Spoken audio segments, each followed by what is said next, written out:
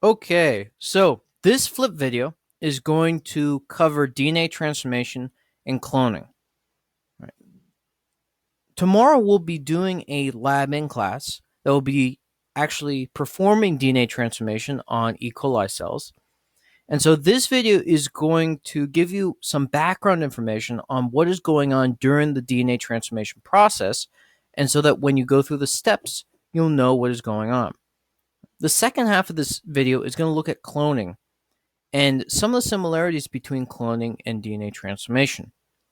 Right? If you remember, our essential question is looking at technology and its ethical questions that come along as technology advances. Cloning is one of those things that is in an ethical quandary among scientists, determining, is it ethical or is it unethical? And so we'll be learning the background to cloning, and you guys will be looking a little bit more into cloning as this unit goes on. Now, we have already talked about how bacteria can uptake genetic material. Okay. Horizontal gene transfer, remember, is different than having offspring. Genetic material is usually passed from parent to offspring, whereas in bacteria, it can be transferred from peer to peer. So it's similar to sharing a sandwich with your friend rather than your parents giving you a sandwich. Right? Now, we've looked at two of these horizontal gene transfer mechanisms. Okay, one of them is conjugation, which is cell-to-cell direct transfer. And the other one that we've looked at is transduction, where the transfer is through a bacteriophage, where the bacteriophage would inject the genetic material into the bacteria, and that would either lead to the bacteria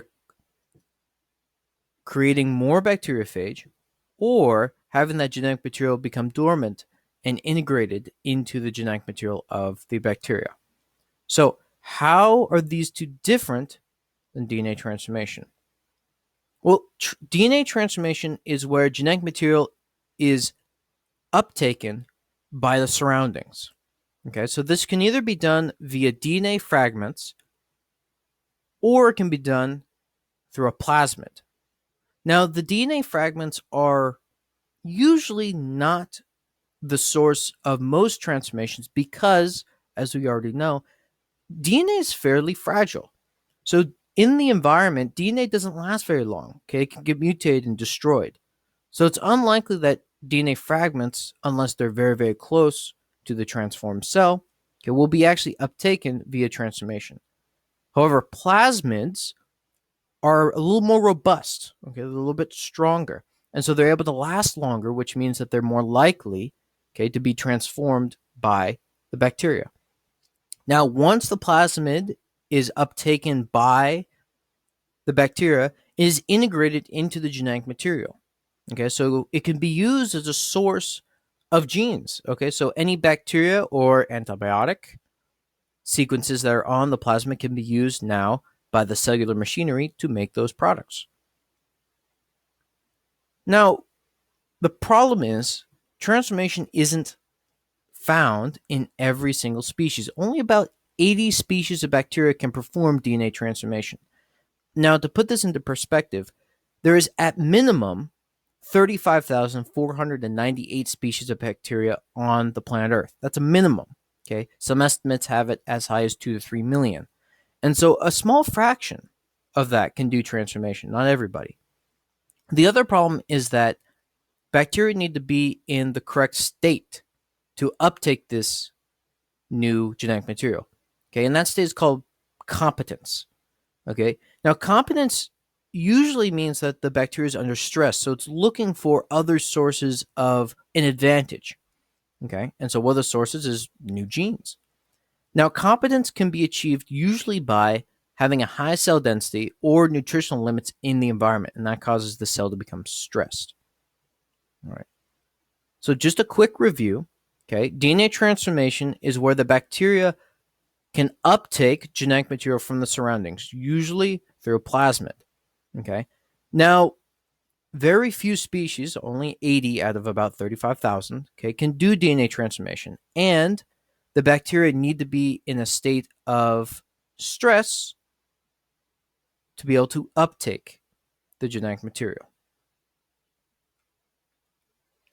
Now, how is this similar to cloning? Well, let's do a little background on cloning first. The first animal clone was a sheep, okay, called Dolly, right? And this was achieved through nuclear transfer, which is where the nucleus of an adult somatic cell, okay, remember the difference between somatic and gametes is that somatic cells are full cells, whereas gametes only have half the genetic material. Okay, and that is taken and put into a new cell, and then that cell is grown and a new organism emerges. All right, so cloning uses foreign genetic material as blueprints, right? Because the genetic material that's used to grow the cell didn't come from the cell initially, it came from another cell, right? And so I want you guys to think about maybe what is the similarity between cloning and DNA transformation, and maybe how this could relate to how we could do human cloning. Okay, so going forward, don't forget tomorrow we're going to do the DNA transformation lab. So you guys should have a better understanding of DNA transformation after viewing this flip video. And don't forget, after you're done watching this video, go take the Edmodo online quiz. Okay, all the information that you need to take the quiz is in this video. All right, you guys are also going to be tested on your DNA transformation knowledge through the lab write-up of the lab that we're doing tomorrow. All right. Now, as we leave, just a few questions to think about. Okay. How is DNA transformation different from the other modes of genetic material uptake by bacteria? Okay, so conjugation and transduction. And also, how is DNA transformation similar or different from cloning? All right. And this will lead to the other part of the unit that we'll be doing in the next few days. Now, if you guys need some other resources, okay, one of the resources you could look at a laboratory protocol for DNA transformation in preparation for tomorrow. There's a history of DNA transformation, so how they did it in the past, how it was found out.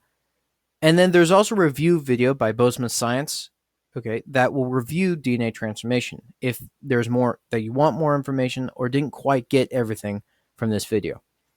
If you need a review on cellular division, okay, if this whole thing about DNA transformation is kind of confusing you, there's a crash course video where you can remind yourself of how cells divide. All right. Thank you guys for watching the video, and don't forget to laugh. All right. I'll see you guys later.